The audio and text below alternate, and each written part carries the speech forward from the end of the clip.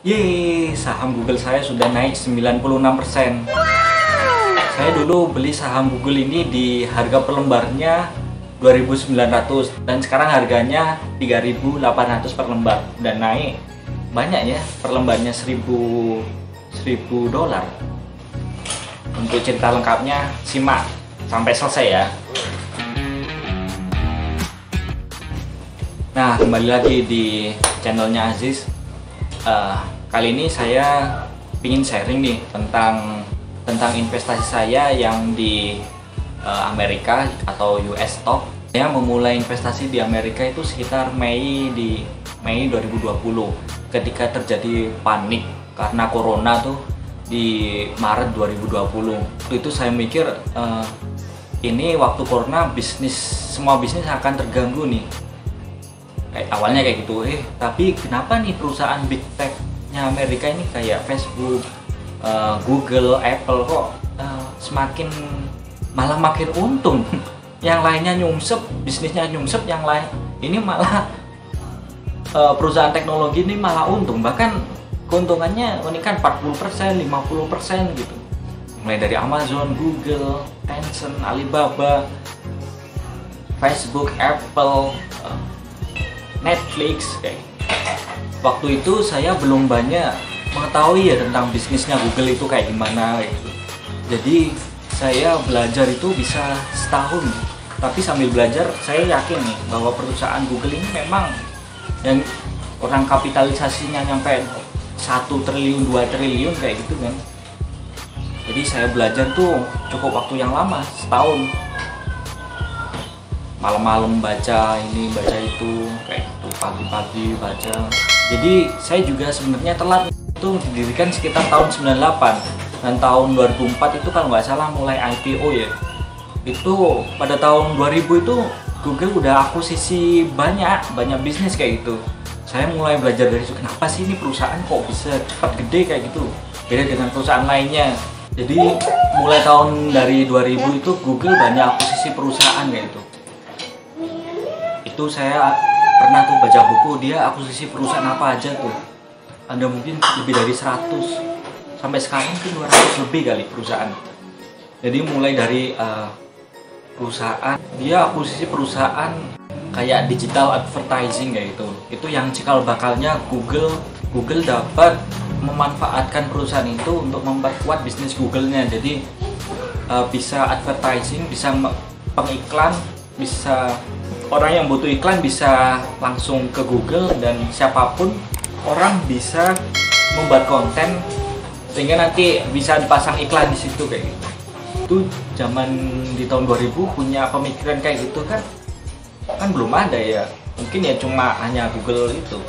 Tuh, terus habis itu Google mengembangkan Gmail, terus lalu Google akuisisi YouTube dan masih banyak kayak gitu. Dan sekarang YouTube-nya juga sangat banyak digunakan oleh orang-orang di berbagai negara. Pendapatan dari iklan YouTube aja udah berapa, terus iklan dari Google Search, lalu yang sekarang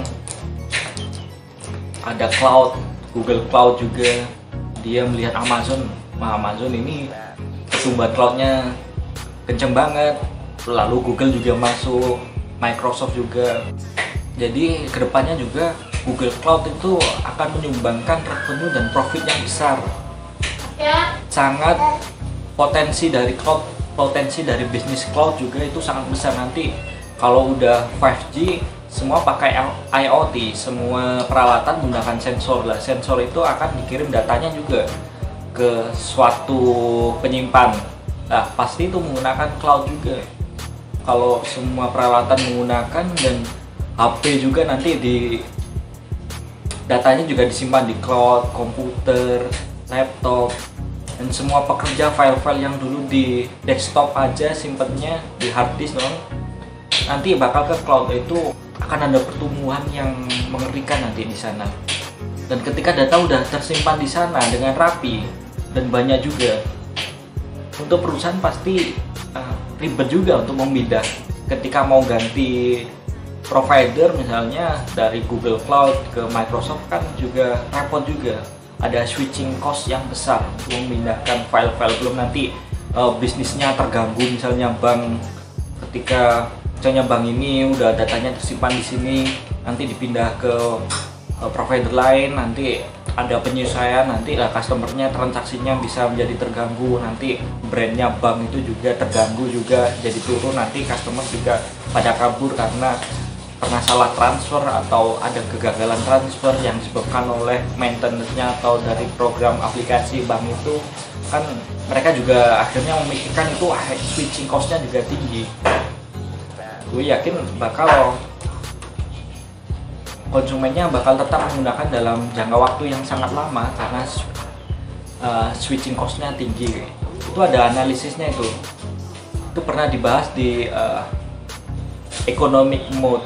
Salah satunya ada switching cost yang tinggi dan network yang luas. Kalau network itu ada di YouTube dan Google, dia networknya kan luas, semua orang mengenalnya juga dan banyak konten di situ, dan sulit digantikan oleh yang lain karena YouTube sebagai platform menyediakan platform, dan booster itu jadi konten kreatornya juga lebih senang upload di situ.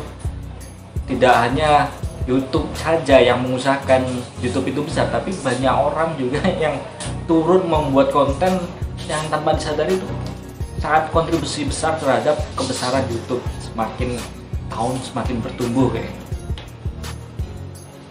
Nah, jaringan itu yang sulit disaingi oleh kompetitor. Microsoft juga sudah meluncurkan apa sih namanya, Bing ya, BING. Juga dia market share-nya berapa sih terhadap Google search engine search-nya Google? Nggak seberapa, paling single digit ya. Google mungkin sekitar 70 atau 80% menguasai. Tapi di Cina juga mereka,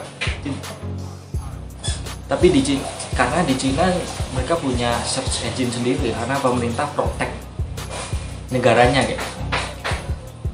Dan pertumbuhan ke depan masih sangat lebar. Belum nanti mobil autonomous juga Google sudah dari lama. Nanti metaverse versi Google. Pertumbuhan masih besar nih, dan aku menaruh I bet on Google. Saya bertaruh pada Google. Mungkin sekian podcast kali ini. Kalau ada komentar atau pertanyaan atau US Talk apa sih yang kepingin dibahas nih, ini ada anak saya, jadi komen aja di bawah kayak gitu. Bisnis US Stock apa yang pengen dianalisis, prospeknya bagaimana, atau tanya gimana caranya investasi di US Stock. Anda bisa menggunakan GoTrade kan kayak itu. Nah, ini pakai token ini ya, biar cepet.